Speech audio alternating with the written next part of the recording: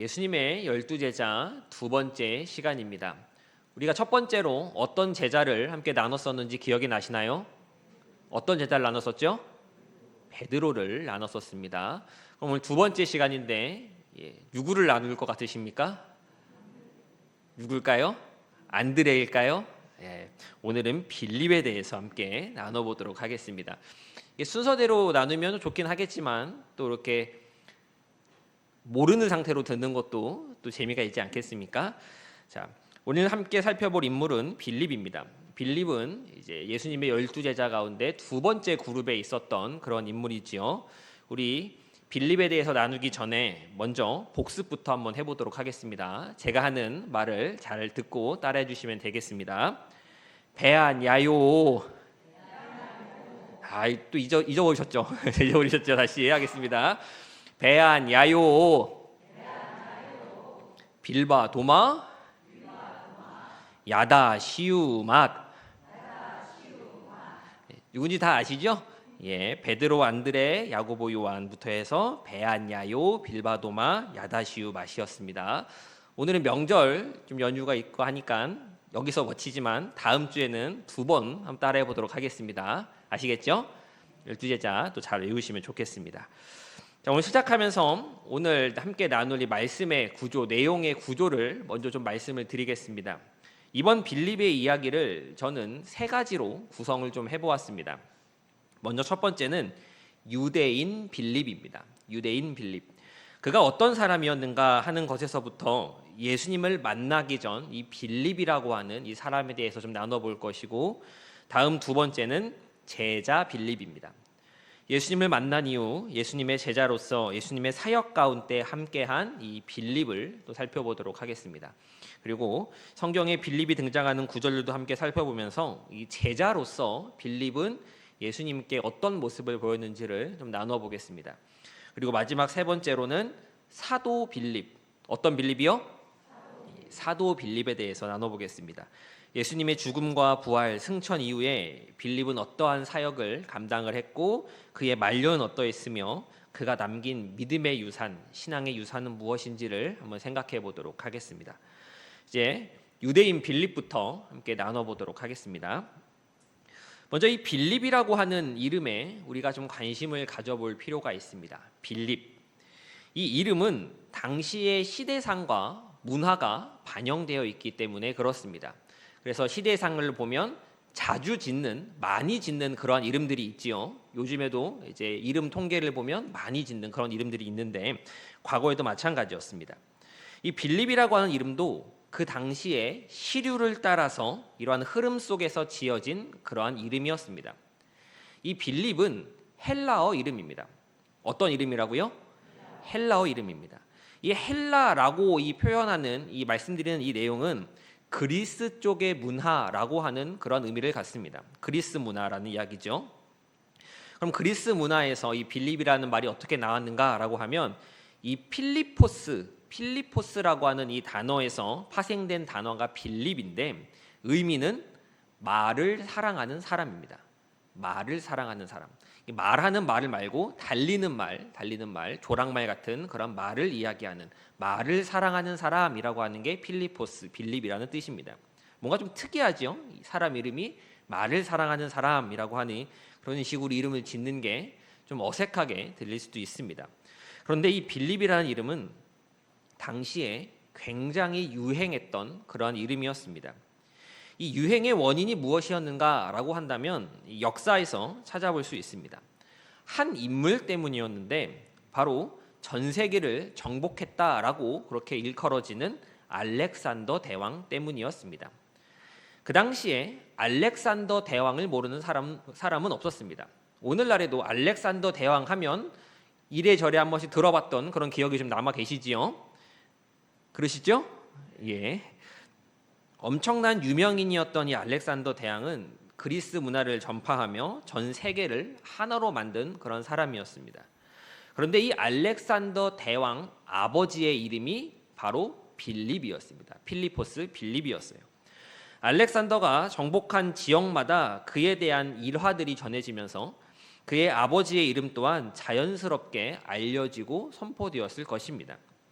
이 알렉산더 대왕은 당시 팔레스타인, 그러니까 지금의 이스라엘 땅까지 정복하기 이르렀습니다. 그런데 예루살렘은 정복하지 않고 돌아섰습니다. 이스라엘 땅을 정복을 했는데 예루살렘까지 들어가서 깃발을 꽂은 것이 아니라 예루살렘 앞에서 말을 돌렸어요. 그러나 이스라엘 북부에 속하는 이 갈릴리는 알렉산더가 완전히 정복해서 통치했던 지방이었습니다.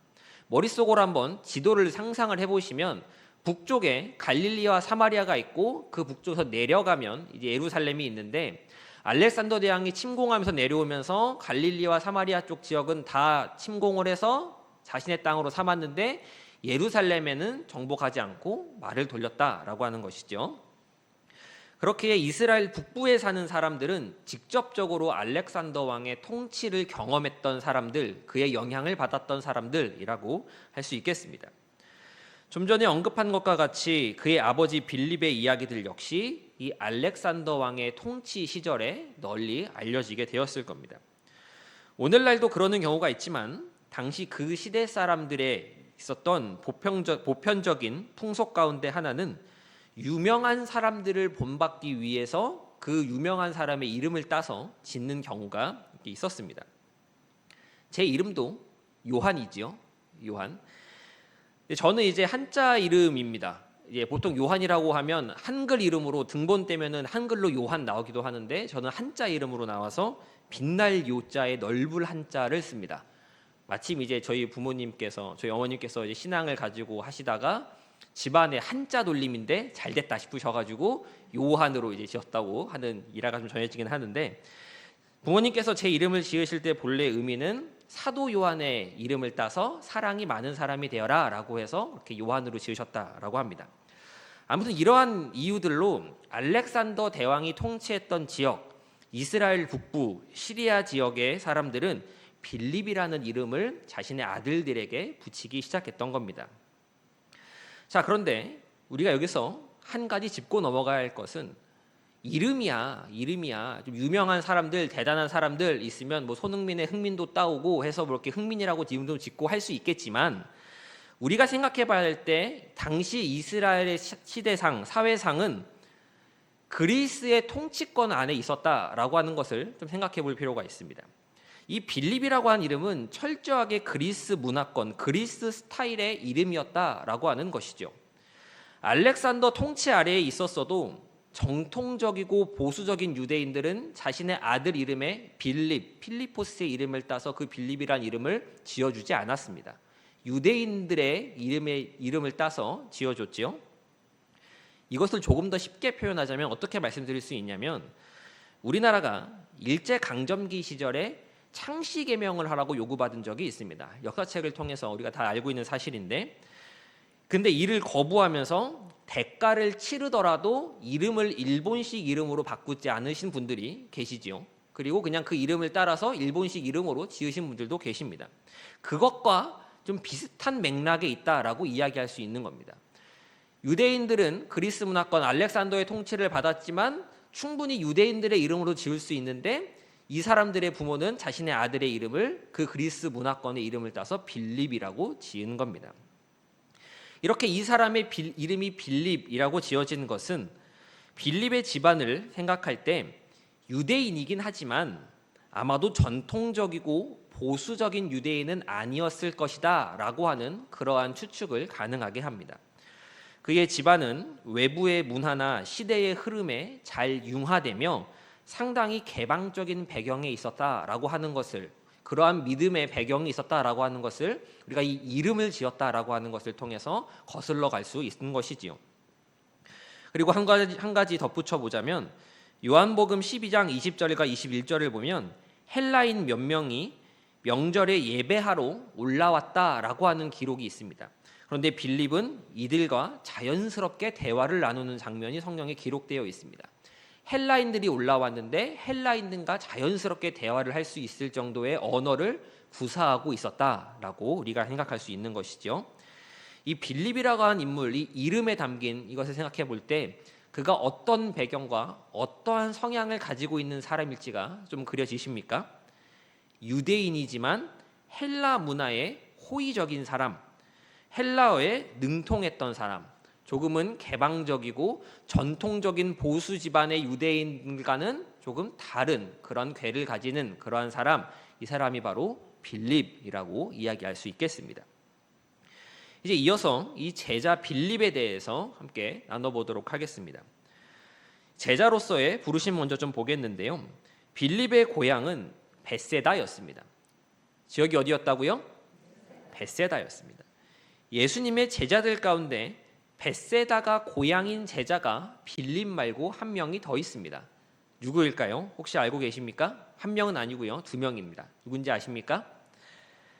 베드로와 안드레가 같은 벳세다 출신입니다. 우리 요한복음 1장 44절 말씀 함께 읽어보도록 하겠습니다. 시작. 빌립은 안드레와 베드로와 한 국내 벳세다 사람이라. 이렇게 성경 말씀에 기록되어 있는 것이죠. 안드레와 베드로 형제가 같은 고향 사람이었고 그들이 먼저 예수님을 믿었으니 이들을 통해 예수님이 누구신지 빌립 또한 듣게 되었을 것입니다. 성경은 이러한 전제를 가정하면서 빌립이 예수님의 제자로 부르심을 받게 된 장면을 이렇게 소개합니다. 우리 1장 43절의 말씀 함께 읽어보도록 하겠습니다. 시작. 갈릴리로 나가려 하시다가 빌립을 만나 이르시되 나를 쫓으라 하시니, 안드레는 세례 요한의 제자라 할 만큼 메시아에 대해 관심이 있었던 사람이었습니다. 베드로는 예수님이 보시고 너는 게바다라고 그렇게 이름도 지어주셨습니다. 그런데 빌립에 대해서는 별다른 말씀을 하지 않으시고 그냥 나를 따르라, 예전 성경으로는 그냥 나를 쫓으라 라고 그렇게 말씀하셨습니다. 예수님의 이 말씀에 빌립은 예수님을 따라 나서게 됩니다. 빌립이 아무 생각 없이 그냥 호기심으로 그냥 오라고 하니까 가야 하나 보다 라는 생각으로 갔을까요? 그건 좀 아닌 것 같습니다. 왜냐하면 빌립이 예수님을 만나고 나서 친구 나다나엘을 찾아가기 때문에 그렇습니다.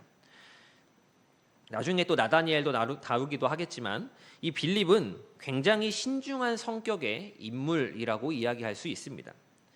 빌립은 나다나엘을 찾아가 이렇게 말합니다. 모세가 율법에 기록했고 여러 선지자가 구약에 기록한 그분을 내가 만났다.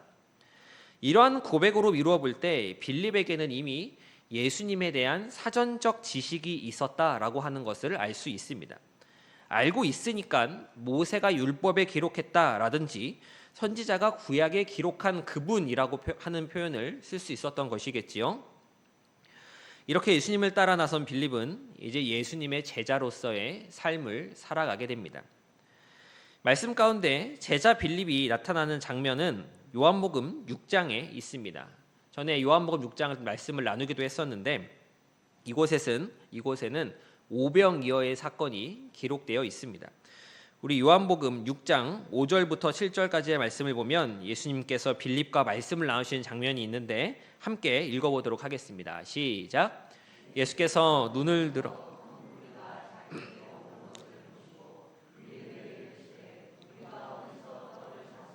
이 사람들을 먹이겠느냐 하시니, 이렇게 말씀하심은 하실 것을 아시고 빌립을 시험하고자 하심이라. 빌립이 대답하되 각 사람으로 조금씩 받게 할지라도 200데나리온의 떡이 부족하리이다. 성도님들께서도 여러 목사님들의 설교와 또 여러 사실들로 알고 계실 터지만 이 오병이어의 5천 명을 먹이신 기적은 전쟁에 나갈 수 있는 남자만 계수했을 때의 숫자입니다. 아이와 여자, 노인은 포함되지 않은 숫자인 것이죠. 이들까지 더해본다면 학자들은 약 2만여 명 정도가 모여있다라고 그렇게 이야기를 합니다. 그런데 예수님께서는 빌립에게 우리가 어디서 떡을 사서 이 사람들을 먹이겠느냐라고 그렇게 물어보시는 겁니다. 그때 빌립은 200데나리온의 떡이 있더라도 부족할 것 같다라는 의견을 냅니다. 말씀을 나눌 때마다 계속 이 화폐에 대해서 말씀을 드리지만 이 1데나리온은 당시 노동자나 군인의 하루 품삯에 해당하는 금액입니다. 오늘날과 많은 차이가 있겠지만 하루 임금을 오늘날 10만 원이다라고 그렇게 생각을 해볼 때 빌립은 예수님께 한 2천만 원 있어도 안 되겠는데요? 라고 그렇게 지금 말씀을 드리고 있는 것입니다. 분석적이고 계산에 빠르지만 조금은 부정적인 모습을 그는 보여주고 있습니다. 그곳에 모인 한 2만여 명의 사람, 한눈에 들어오지도 않는 그런 사람을 보면서 예수님께서 얼마나 있어야 될까라고 물어보실 때 한 이 정도 있어야겠는데요? 라고 말하는 것을 보면 보통 사람은 아닌 것이죠. 자, 이후 빌립은 요한복음 12장에서도 등장을 합니다. 유대인 빌립을 언급할 때 나왔던 것처럼 헬라인 몇이 명절에 예배하러 올라온 때입니다. 그들은 예수님을 만나러 왔고 또 예수님을 만나기 위해 빌립을 찾아왔습니다. 그런데 빌립이 이들을 보고 이런 반응을 보입니다. 헬라인들이 예수님을 만나기에 찾아왔는데 헬라인들과 원활하게 대화가 되는 빌립이 보인 반응입니다. 요한복음 12장 22절 말씀 함께 읽어보도록 하겠습니다. 시작. 빌립이 안드레에게 가서 말하고 안드레와 빌립이 예수께 가서 여쭈니 안드레를 찾아갑니다. 지금 머릿속으로 한번 그려보세요. 헬라인들이 명절을 맞아서 예수님을 만나러 올라왔습니다. 예수님 좀 만나게 해주세요 라고 올라왔는데 안드레를 찾아간 겁니다. 안드레를 찾아가고 그리고 나서 어떻게 할지를 먼저 의논을 합니다. 예수님을 만나게 해줘도 괜찮을까? 라고 의논을 한 뒤에 예수님과 다시 나아가는 것이죠. 만약 지난주 살펴봤던 베드로였다면 어떤 반응을 보였을까요? 만약 베드로였다면 바로 예수님께 데리고 가서 예수님 이 사람들이 예수님 좀 보자는데요? 라고 그렇게 했을 것 같다라는 그런 합리적인 의심이 듭니다. 그러나 빌립은 그렇지 않았습니다. 신중하게 생각하고 이들을 예수님께 인도해도 되는지 자신보다 먼저 믿은 안드레를 찾아가서 의논하는 모습을 보이고 있는 것입니다. 제자 빌립의 모습을 한 가지만 더 보도록 하겠습니다. 요한복음 14장을 보면 이 빌립이 등장을 하는데 예수님께서는 요한복음 14장 6절과 7절에서 이렇게 말씀을 하십니다. 우리가 잘 아는 말씀인데 함께 읽어보도록 하겠습니다. 시작. 예수께서 이르시되 내가 곧 길이요 진리요 생명이니 나로 말미암지 않고는 아버지께로 올 자가 없느니라. 너희가 나를 알았더라면 내 아버지도 알았으리로다. 이제부터는 너희가 그를 알았고 또 보았느니라. 예수님께서 제자들에게 이렇게 말씀을 해주신 겁니다. 그런데 예수님의 이 말씀이 끝나자 빌립이 무슨 말을 덧붙이냐면 빌립이 가로되 주여 아버지를 우리에게 보여주옵소서 그리하면 족하겠나이다 라는 그러한 반응을 보입니다. 내가 곧 길이요 진리요 생명이니 나로 말미암지 않고는 아버지께로 올 자가 없어 라고 그렇게 말씀을 하시니 빌립이 그 이야기를 듣고 그럼 아버지를 좀 보여주세요 라고 말을 하고 있는 겁니다. 빌립은 확인하고 싶어 했습니다. 신중하고 분석적인 그의 모습이 다시금 드러나는 그런 대목이라고 이야기할 수 있을 것 같습니다. 이러한 빌립에게 예수님께서는 9절부터 21절까지의 긴 내용을 통해 다시금 빌립에게 설명해 주시고 깨닫게 해주셨습니다. 이상의 내용들을 볼 때 제자 빌립은 어떤 인물이었을까라고 하는 것을 추측해 본다면 신중한 사람, 분석적인 사람, 계산이 빨랐지만 당장 내 앞에 보이는 것이 아니라면 조금 부정적인 사람이라고 그렇게 생각해 볼 수 있을 것 같습니다. 이제 마지막으로 사도 빌립에 대해서 살펴보도록 하겠습니다. 예수님의 승천 이후에 이 빌립은 어떤 사역을 감당을 했을까요? 성경을 보면 우리가 살펴보았던 요한복음에 기록된 몇 개의 사건 말고는 빌립에 대한 기사를 찾아볼 수가 없습니다. 사도행전을 보면 빌립이라고 하는 그런 인물이 등장을 하고 그렇게 사역들이 소개되지만 이 사람은 예수님의 제자 사도 빌립이 아니라 빌립 집사입니다. 빌립 집사님이시죠. 사도 빌립에 대한 이 정보를 얻기 위해 여러 전승들을 살펴보면 그는 소아시아, 지금의 튀르키예, 터키라고 하는 그 튀르키예 지역에서 사역을 했다라고 전승에 전해져 내려오고 있다라고 합니다. 특별히 라우디게아 교회와 골로새 교회를 중심으로 활동했다라는 기록이 교회 역사 전승에 남아 있습니다. 이후 빌립은 갈라디아 지방까지 복음을 전하였고 빌립의 전도를 받았던 사람들 중 일부는 프랑스에까지 건너가서 복음을 전했다라고 하는 그러한 전승들도 내려온다라고 합니다. 빌립은 갈라디아 지방에서 전도하다가 다시 골로새 지역으로 돌아왔고 여기서 복음을 전하다가 체포를 당해 십자가를 지고 히에라폴리스 언덕에서 순교를 당했다라고 교회 역사에는 그렇게 전해집니다. 지금도 그 지역에는 사도 빌립의 순교 교회의 흔적이 그대로 남아 있다라고도 합니다.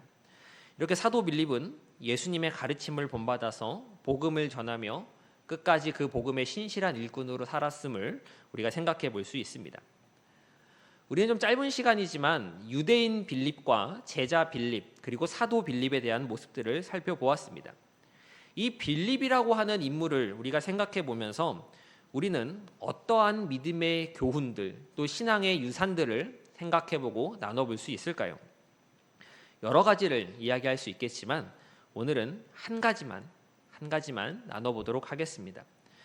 빌립을 통해 나눠볼 수 있는 신앙의 교훈, 배울 수 있는 신앙의 유산은 바로 신앙에 대한 탐구심입니다. 우리 함께 따라해 보도록 하겠습니다. 신앙에 대한 탐구심.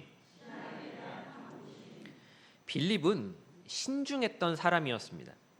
베드로와는 우리가 지난주에 살펴보았던 베드로와는 확연히 성격적 차이가 있는, 성향적 차이가 있는 그런 인물이었습니다.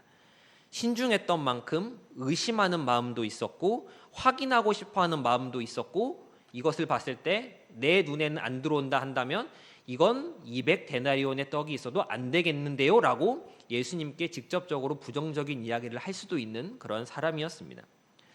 제자 빌립을 보며 나눴던 것과 같이 그는 예수님을 따라다니며 배웠음에도 불구하고 예수님께 하나님 아버지를 직접 보여달라고 그렇게 요청한 인물이기도 했습니다.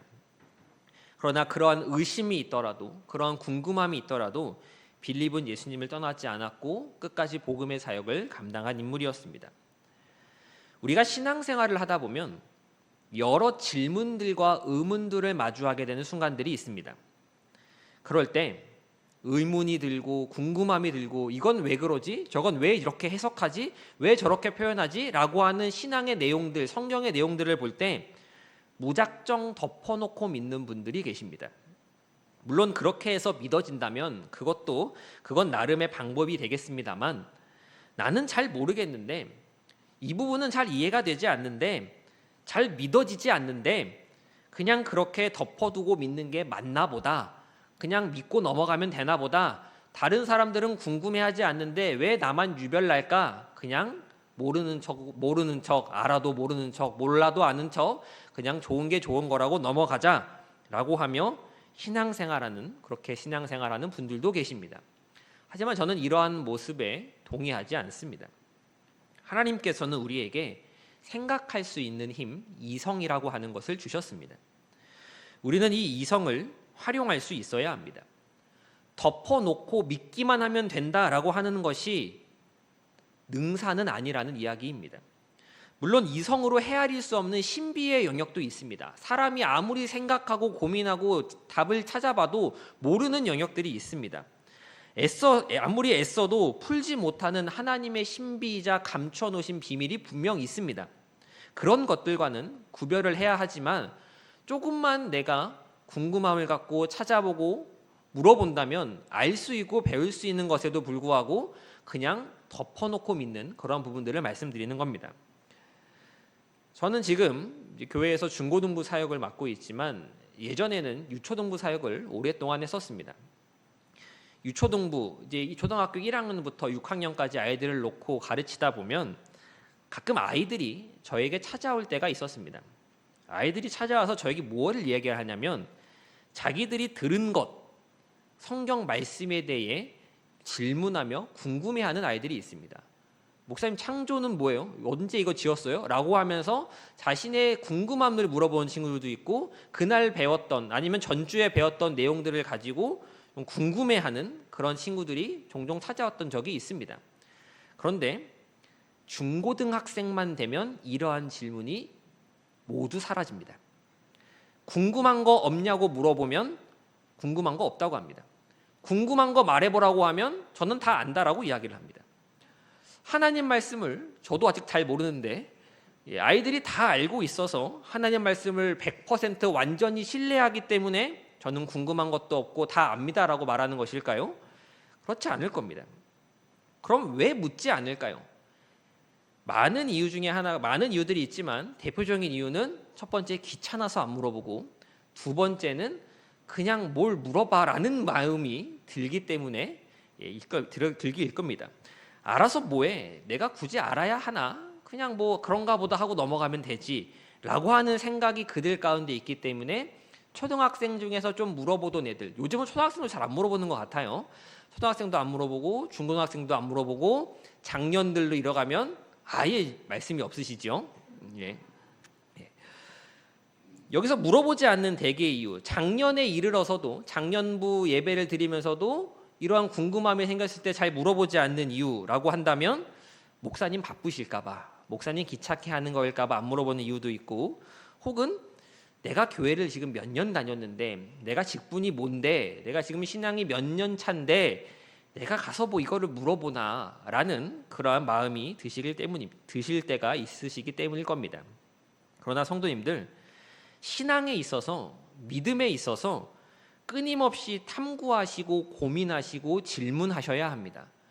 내가 지금 저 앞에 있는 저희가 이제 목사가 되었다라고 해도 이제 목사가 되었으니까 성경 공부 그만해야지, 이게 아니라 계속 공부하고 질문하고 하는 것처럼 장로님이 되셔서도, 권사님이 되셔서도, 안수 집사님이 되셔서도 계속해서 성경에 대해서 궁금해하고 질문해하고 알기 위한 노력들이 계속 있어야 한다라고 하는 것입니다. 그렇게 신앙에 대한 탐구심이 있어야 신앙이 단단해집니다. 우리가 철을 단련할 때도 계속해서 때리지 않습니까? 어느 순간 이 정도 됐으니까 다 알겠지라는 생각으로, 난 다 알아라는 생각으로 그냥 지나가다 보면 어느 순간 부러지는 일들이 생기기 마련입니다. 그래서 계속해서 신앙에 있어서 탐구하고 고민하고 질문하는 자세가 있어야 하는 것입니다. 교역자는 그 질문에 대해서 같이 고민하고 또 같이 생각해 보기 위해 존재하는 사람들입니다. 교역자라고 모든 것을 다 알지는 않습니다. 목사라고 해도 다 몰라요. 저에게 오셔서 가끔 물어보셔도 모르면 모른다라고 말씀을 드립니다. 대신에 함께 좀 찾아보겠습니다. 또 한번 책을 좀 찾아보겠습니다. 라고 말씀을 드리는 것이죠. 자, 질문하는 것, 궁금해하는 것, 목사님을 찾아가서 들었던 그 설교에 대해서 다시금 해석을 요청하고 피드백을 요청하는 것은 거룩하지 못한 행동이 아닙니다. 믿기 때문에 질문하는 것이고 믿기 때문에 확인하는 것입니다. 더 알고 싶고 더 배우고 싶기 때문에 찾아가는 것이지요. 안 믿는 사람은 의심도 안 합니다. 기독교에 있어서 변증이라고 하는 것, 기독교의 변증이라고 하는 것은 외부에서 들어오는 공격을 방어하기 위함이 아니라 내부에 있는 성도들을 바로 세워주기 위해서 기독교 변증이 시작되었습니다. 하나님이 선악과는 왜 만드셨어요? 하나님은 왜 죄악을 이 세상에 감령하게 두십니까? 라고는 이러한 질문들은 모두 성도들을 세우기 위해 만들어진 질문이다라고 하는 것입니다. 빌립이 예수님께 하나님을 좀 보여달라라고 말했을 때 예수님께서는 이렇게 말씀을 하셨습니다. 요한복음 14장 11절 말씀 함께 읽어보도록 하겠습니다. 시작. 아버지가 내 안에 계심을 믿으라. 그렇지 못하겠거든 행하는 그 일로 말미암아 나를 믿으라. 예수님을 좀 보여달라라는 이 빌립의 말에, 하나님을 보여달라는 이 말에 예수님께서는 모르겠니? 괜찮아. 나를 믿어라. 나를 믿지 못하겠거든 이 일로 말미암아 나를 믿으라 라고 예수님께서는 그렇게 말씀해 주셨습니다. 저는 빌립을 향하신 예수님의 이 당당한 말씀이 너무나 든든한 위로로 다가옵니다. 우리가 가지는 질문보다, 우리가 가질 수 있는 궁금함보다 더 위대하시고 더 넓으시고 더 놀라우신 분이 바로 우리 하나님이시다라고 하는 이 사실이 이 대답 가운데 묻어나기 때문일 것입니다. 예수님께서는 신중하며 분석적이었던 빌립에게 높고 깊은 하나님의 경륜을 보게 하셨고, 빌립은 예수님의 제자이자 사도로서 평생을 복음의 일꾼으로 살아내었습니다. 이 빌립이 전해주는 믿음의 유산, 신앙에 대한 탐구를 우리가 다시금 기억하면서 이 유산을 받아 신앙의 유익을 누리시는 모든 성도님 되시기를 간절히 소망합니다.